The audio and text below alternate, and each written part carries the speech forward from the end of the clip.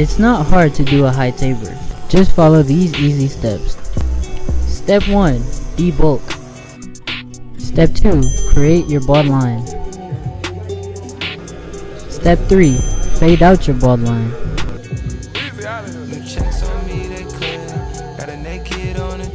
Step 4. Rinse and repeat on the back and the other side.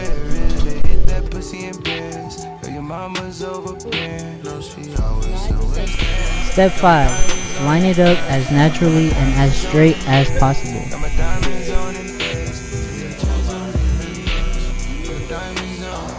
Step 6. Blow, dry, and style. To form the style we want, I use Suavecito Stronghold Pomade, and then I lock it in with some hairspray after. And voila! This is the finished product. If you like the haircut and you'd like to book an appointment with me, please click the link in my bio. If you enjoyed watching this video, please leave a like and a comment and follow me for more content. Thank you for watching.